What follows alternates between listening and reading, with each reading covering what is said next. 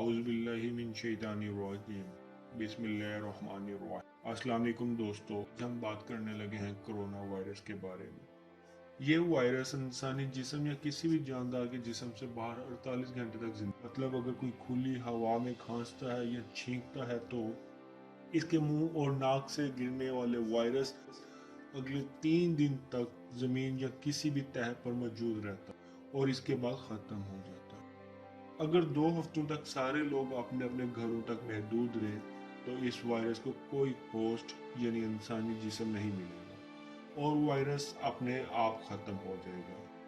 लेकिन अगर सारे लोग बाहर घूमते रहते हैं तो वायरस को एक के बाद एक नया होस्ट यानी इंसानी जिस्म मिलता रहेगा और इसकी जिंदगी बढ़ती चली जाएगी, ये फैलता जाएगा।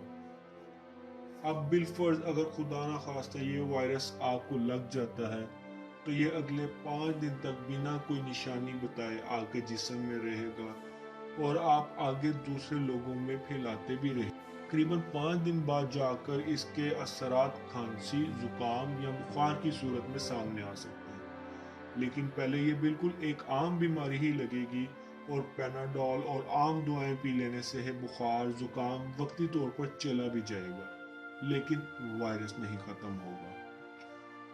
और इसी दौरान आप अपने घर में माँ बाप, बहन भाई और बच्चों तक ये वायरस फैला चुके होंगे, जो कि बाद में सांस की तकलीफ और फेफड़े बिल्कुल खत्म करने की वजह बन सकता है। लेकिन अगर आप सेहतमंद हैं तो काफी चांस है कि आपका जिस्म कोरोना के खिलाफ लड़कर इससे खत्म कर दे। लेकिन अगर किसी बूढ़े या बच्चे को आपसे ही वायरस लग गया तो हो सकता है वो जल्दी हार मान ले। दोस्तों, कुछ दिन रूखी सूखी रोटी खा लें, जिंदा रहें, घर पे रहें।